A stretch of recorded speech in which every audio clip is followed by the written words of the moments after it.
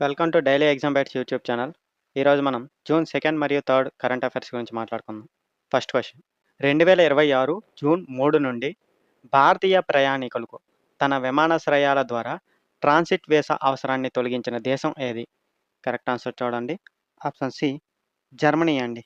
ఈ విధానం 2026 జనవరిలో జర్మన్ ఛాన్సలర్ ఫెడరిక్ మెర్జ్ భారత పర్యటన సమయంలో కుదిరిన ఒప్పందాల ఫలితంగా అమలులోకి వచ్చిందండి. అయితే ప్రయాణికుడు విమానాశ్రయం మారితే, ట్రాన్సిట్ ప్రాంతం బయటకు వెళితే లేదా విమానాశ్రయం వెలుపల రాత్రి బస చేస్తే సాధారణ షెంగెన్ వీసా తప్పనిసరిగా ఉండాలి.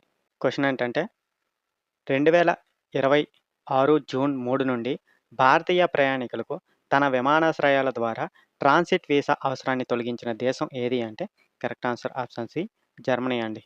అయితే ఈ విధానం 2026 జనవరిలో జర్మన్ ఛాన్సలర్ ఎవరండి ఫెడరిక్ మెర్జ్ భారత పర్యటన సమయంలో కుదిరిన ఒప్పందాల ఫలితంగా అమల్లోకి వచ్చిందండి. అయితే ప్రయాణికుడు విమానాశ్రయం మారితే, ట్రాన్సిట్ ప్రాంతం బయటకు వెళితే లేదా విమానాశ్రయం వెలుపల రాత్రి బస చేస్తే సాధారణ షెంగెన్ వీసా తప్పనిసరిగా ఉండాలండి. ఓకేనా? Next question. 2025లో వార్షిక సోలార్ కెపాసిటీ అదనాల్లో భారత్ ఏ దేశాన్ని అధిగమించి ప్రపంచంలో 2వ అతిపెద్ద సోలార్ గ్రోత్ మార్కెట్గా నిలిచింది? కరెక్ట్ ఆన్సర్ చూడండి. ఆప్షన్ ఏ అమెరికా అండి. వార్షిక సోలార్ అదనాల్లో చైనా ఇప్పటికీ మొదటి స్థానంలోనే కొనసాగుతుందండి. భారత్ యొక్క మొత్తం స్థాపిత సోలార్ సామర్థ్యం అధికారికంగా 150 గిగావాట్లను దాటిందండి. పీఎం సూర్యఘర్ ముఫ్త్ బిజ్లీ యోజన గృహాల పైకప్పు సోలార్ వ్యవస్థల స్వీకరణ వేగవంతం చేసిందండి. సో క్వశ్చన్ ఏంటంటే 2025లో వార్షిక సోలార్ కెపాసిటీ అదనాల్లో భారత్ ఏ దేశాన్ని అధిగమించి ప్రపంచంలో 2వ అతిపెద్ద సోలార్ గ్రోత్ మార్కెట్గా నిలిచింది అంటే correct answer option A America అండి. మరి మొదటి స్థానంలో ఏది కొనసాగుతుంది అంటే చైనా అండి. భారత్ యొక్క మొత్తం స్థాపిత సోలార్ సామర్థ్యం అధికారికంగా ఎంత అండి 150 గిగావాట్లను దాటిందండి. ఓకేనా? అయితే పీఎం సూర్యఘర్ ముఫ్త్ బిజ్లీ యోజన గృహాల పైకప్పు సోలార్ వ్యవస్థల స్వీకరణను వేగవంతం చేసిందండి. ఓకేనా? Next question. ఇటీవల జూన్ 2026లో డిఆర్డిఓ మరియు భారత వాయుసేన చాందీపూర్ నుండి విజయవంతంగా పరీక్షించిన స్వదేశీ అత్యాధునిక ఎయిర్ టు సర్ఫేస్ క్షిపణి ఏది? కరెక్ట్ ఆన్సర్ చూడండి. ఆప్షన్ డి రుద్రం 2 అండి. ఈ పరీక్ష ఒడిశా తీరంలోని చాందీపూర్లో ఉన్న ఇంటిగ్రేటెడ్ టెస్ట్ రేంజ్ నుండి నిర్వహించబడిందండి. సుకోయ్ SU-30 MKI యుద్ధ విమానం నుండి ఈ క్షిపణిని ప్రయోగించారండి. ఈ క్షిపణి గరిష్టంగా మాక్ 5.5 వేగాన్ని చేరుకోగల హైపర్సోనిక్ సామర్థ్యాన్ని కలిగి ఉందండి.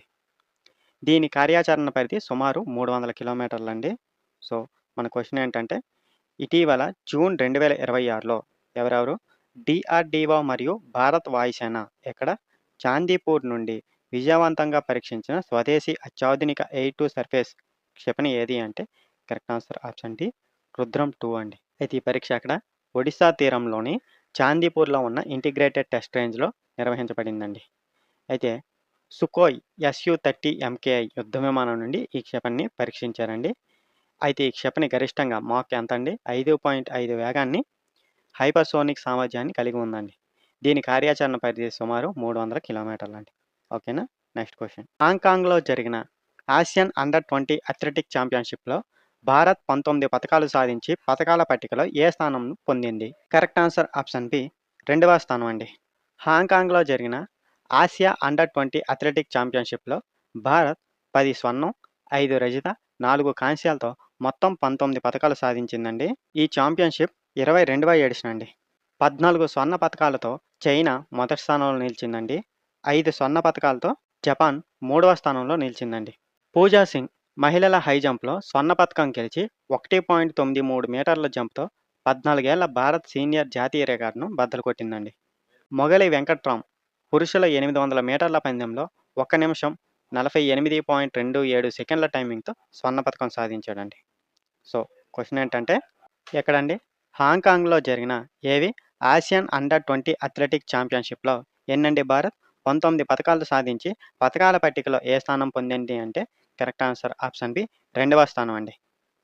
అయితే ఆ 19 పతకాల్లో ఏమేమి ఉన్నాయండి? 10 స్వర్ణం, 5 రజతం, 4 కాంస్యాలు ఉన్నాయండి. అయితే ఈ ఛాంపియన్షిప్ ఎన్నవ ఎడిషన్ అంటే 22వ ఎడిషన్ అండి. మొదటి స్థానంలో ఎవరు నిలిచారంటే చైనా అండి. మొత్తం 14 స్వర్ణ పతకాలతో నిలిచిందండి. అలాగే మూడవ స్థానంలో ఏం నిలిచిందంటే జపాన్ అండి. 5 స్వర్ణ పతకాలండి. ఓకేనా?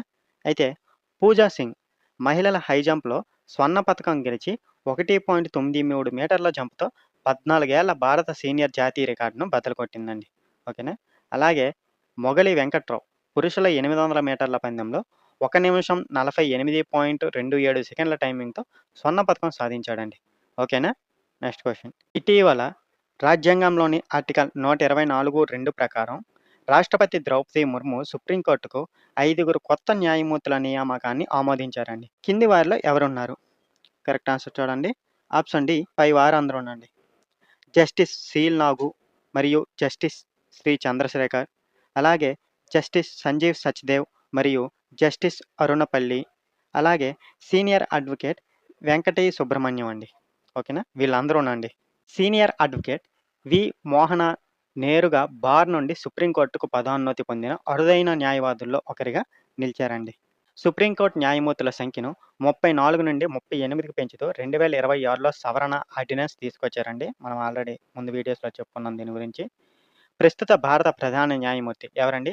జస్టిస్ సూర్యకాంత్ కొత్త న్యాయమూర్తులతో ప్రమాణ స్వీకారం చేయించారండి. ఓకేనా? సో, క్వెషన్ ఏంటంటే ఇటీవల రాజ్యాంగంలోని ఆర్టికల్ ఏదండి? 124(2) ప్రకారం రాష్ట్రపతి ద్రౌపది ముర్ము సుప్రీంకోర్టుకు 5 కొత్త న్యాయమూర్తుల నియామకాన్ని ఆమోదించారు. అయితే కింది వారిలో ఎవరు వాళ్ళు అనంటే కరెక్ట్ ఆన్సర్ చూడండి. ఆప్షన్ డి పైవన్నీ అండి. అంటే ఎవరెవరు? వీళ్ళందరి పేర్లు గుర్తుంచుకోవాలి. జస్టిస్ సీల్ నాగు మరియు జస్టిస్ శ్రీ చంద్రశేఖర్, అలాగే జస్టిస్ సంజీవ్ సచ్దేవ్ మరియు జస్టిస్ అరుణ్ పల్లి, అలాగే సీనియర్ అడ్వకేట్ వెంకటి సుబ్రహ్మణ్యం మోహన అండి. ఈ వెంకటి సుబ్రహ్మణ్యం మోహన నేరుగా బార్ నుండి సుప్రీంకోర్టుకు పదోన్నతి పొందిన అరుదైన న్యాయవాదుల్లో ఒకరిగా నిలిచారండి. అయితే సుప్రీంకోర్టు న్యాయమూర్తుల సంఖ్యను ఎంత నుండండి 34 నుండి 38 వరకు పెంచుతూ 2026లో సవరణ ఆర్డినెన్స్ తీసుకొచ్చారండి. ప్రస్తుత భారత ప్రధాన న్యాయమూర్తి ఎవరు? జస్టిస్ సూర్యకాంత్ కొత్త న్యాయమూర్తులతో ప్రమాణ స్వీకారం చేయించారండి. ఓకేనా? Next question. ఏఐసిటిఈ ఆమోదం పొందిన 3 సంవత్సరాల డిప్లొమా కోర్సును అందిస్తున్న తొలి bamboo research and training centre మహారాష్ట్రలోని ఏ జిల్లాలో ఉంది? కరెక్ట్ ఆన్సర్ చూడండి. ఆప్షన్ బి చంద్రపూర్ అండి.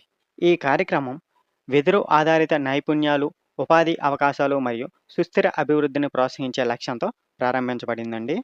ఈ కేంద్రం మహారాష్ట్ర రాష్ట్ర అటవీ శాఖ ఆధ్వర్యంలో స్థాపించబడిందండి. ఓకేనా?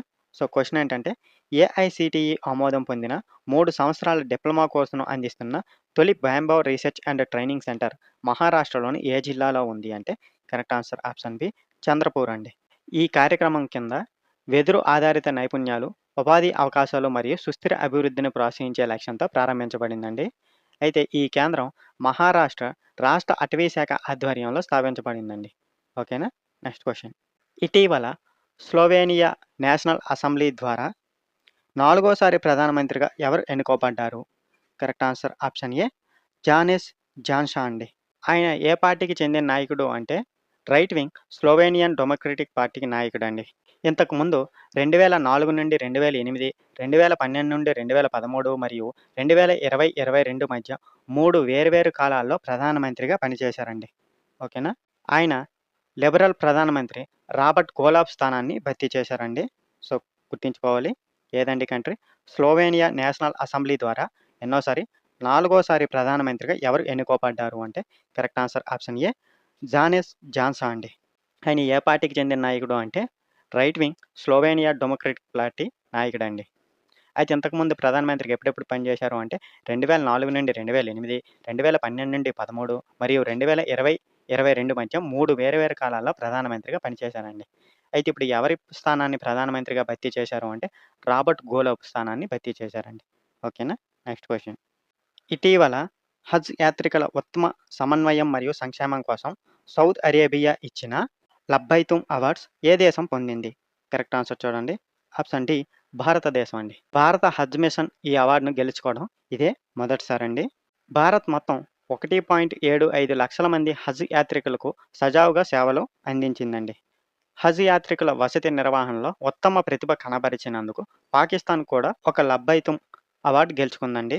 సో, క్వెషన్ ఏంటంటే ఇటీవల హజ్ యాత్రికుల ఉత్తమ సమన్వయం మరియు సంక్షేమం కోసం ఎవరండి? సౌదీ అరేబియా ఇచ్చిన లబ్బైతుమ్ అవార్డ్స్‌ను ఏ దేశం పొందింది అంటే కరెక్ట్ ఆన్సర్ ఆప్షన్ డి భారతదేశం అండి. అయితే భారత్ హజ్ మిషన్ ఈ అవార్డుని గెలుచుకోవడం ఇదే మొదటిసారి అండి. అయితే భారత్ మొత్తం ఎంతమందండి? 1.75 లక్షల మంది హజ్ యాత్రికులకు సజావుగా సేవలు అందించిందండి. హజ్ యాత్రికుల వసతి నిర్వహణలో ఉత్తమ ప్రతిభ కనబరిచినందుకు పాకిస్తాన్ కూడా ఒక లబ్బైతుమ్ అవార్డ్ గెలుచుకుందండి. ఓకేనా? Next question. ఇటీవల జూన్ 2026లో 16 ఏళ్లలోపు పిల్లలకు సోషల్ మీడియా వినియోగాన్ని నిషేధించిన తాజా దేశం ఏది? కరెక్ట్ ఆన్సర్ ఆప్షన్ ఏ మలేషియా అండి. ఈ నిబంధన 80 లక్షలకు పైగా దేశీయ వినియోగదారులు ఉన్న ప్లాట్‌ఫామ్‌లకు వర్తిస్తుందండి. టిక్‌టాక్, యూట్యూబ్, ఫేస్‌బుక్, ఇన్‌స్టాగ్రామ్ వంటి ప్లాట్‌ఫామ్‌లు దీనిలోకి వస్తాయండి. నిబంధనలు పాటించిన టెక్ కంపెనీలకు గరిష్టంగా 10 మిలియన్ మలేషియన్ రింగిట్ వరకు జరిమానా విధించవచ్చండి. 16 ఏళ్లలోపు పిల్లలకు దేశవ్యాప్తంగా సోషల్ మీడియా నిషేధాన్ని అమలు చేసిన ప్రపంచంలోని తొలి దేశం ఏదంటే ఆస్ట్రేలియా అండి. మనం ఇంతకుముందు మాట్లాడుకున్నాం దీని గురించి. సో, క్వెషన్ ఏంటంటే జూన్ 2026లో ఎంతండి వయసు? 16 ఏళ్లలోపు పిల్లలకు సోషల్ మీడియా వినియోగాన్ని నిషేధించిన తాజా దేశం ఏది అంటే కరెక్ట్ ఆన్సర్ ఆప్షన్ ఏ మలేషియా అండి. అయితే ఈ నిబంధన 80 లక్షలకు పైగా దేశీయ వినియోగదారులు ఉన్న ప్లాట్‌ఫామ్‌కు వర్తిస్తుందండి. టిక్‌టాక్, యూట్యూబ్, ఫేస్‌బుక్, ఇన్‌స్టాగ్రామ్ వంటి ప్లాట్‌ఫామ్‌లు దీనిలోకి వస్తాయండి. అయితే నిబంధనలు పాటించని టెక్ కంపెనీలకు గరిష్టంగా 10 మిలియన్ మలేషియన్ రింగిట్ వరకు జరిమానా విధించవచ్చండి. అయితే 16 ఏళ్లలోపు పిల్లలకు దేశవ్యాప్తంగా సోషల్ మీడియా నిషేధాన్ని అమలు చేసిన ప్రపంచంలోని తొలి దేశం ఏదంటే ఆస్ట్రేలియా అండి. అది కూడా గుర్తుంచుకోవాలి. ఓకేనా? Next question. కాలిఫోర్నియాకు చెందిన 14 ఏళ్ల భారతీయ మూలాల అమెరికన్ విద్యార్థి 90 సెకన్లలో 35లో 32 పదాలకు సరిగా స్పెల్ చేసి స్క్రిప్స్ నేషనల్ స్పెల్లింగ్ బీ పోటీ గెలిచిన వారు ఎవరు? Correct answer option B Shrey Parikh అండి. ఈ పోటీ వాషింగ్టన్ డీసీలో నిర్వహించిన 98వ Scripps National Spelling Bee edition అండి. 2024లో బృహత్ సోమ నెలకొల్పిన 29 పదాల రికార్డును ఆయన అధిగమించారండి. న్యూ జెర్సీలోని ఫ్రాంక్ ఆర్ కాన్వెల్ మిడిల్ స్కూల్కి చెందిన 12 ఏళ్ల ఇషాన్ గుప్తా రన్నరప్గా నిలిచారండి. ఓకేనా? సో, క్వశ్చన్ ఏంటంటే ఏది కాలిఫోర్నియాకు చెందిన ఎంతండి వయసు?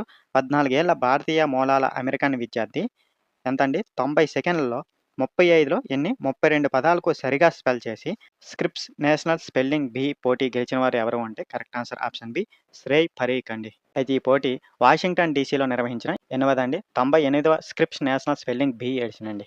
2024లో ఎవరు? బృహత్ సోమ నెలకొల్పిన 29 పదాల రికార్డును ఆయన అధిగమించారండి. అయితే న్యూ జెర్సీలోని ఫ్రాంక్ ఆర్ కాన్వెల్ మిడిల్ స్కూల్కి చెందిన 12 ఏళ్ల ఇషాన్ గుప్తా రన్నరప్గా నిలిచారండి. ఓకేనా? Next question. Quiz of the day అండి. మనం ఆల్రెడీ క్వెషన్ అండ్ ఎక్స్‌ప్లనేషన్‌లో దీని గురించి మాట్లాడుకున్నాం. ఆన్సర్ తెలిస్తే కింద కామెంట్ రూపంలో తెలియజేయండి. హాంకాంగ్‌లో జరిగిన ఆసియన్ అండర్-20 అథ్లెటిక్ ఛాంపియన్‌షిప్‌లో భారత్ సాధించిన మొత్తం పతకాల సంఖ్య ఎంత? కరెక్ట్ ఆన్సర్ తెలిస్తే కామెంట్ రూపంలో తెలియజేయండి. ఈ వీడియో మీకు ఉపయోగపడితే లైక్ చేయండి. ఇలాంటి కరెంట్ అఫైర్స్ కోసం ఈ ఛానల్‌ని సబ్స్క్రైబ్ చేయండి. Thank you for watching.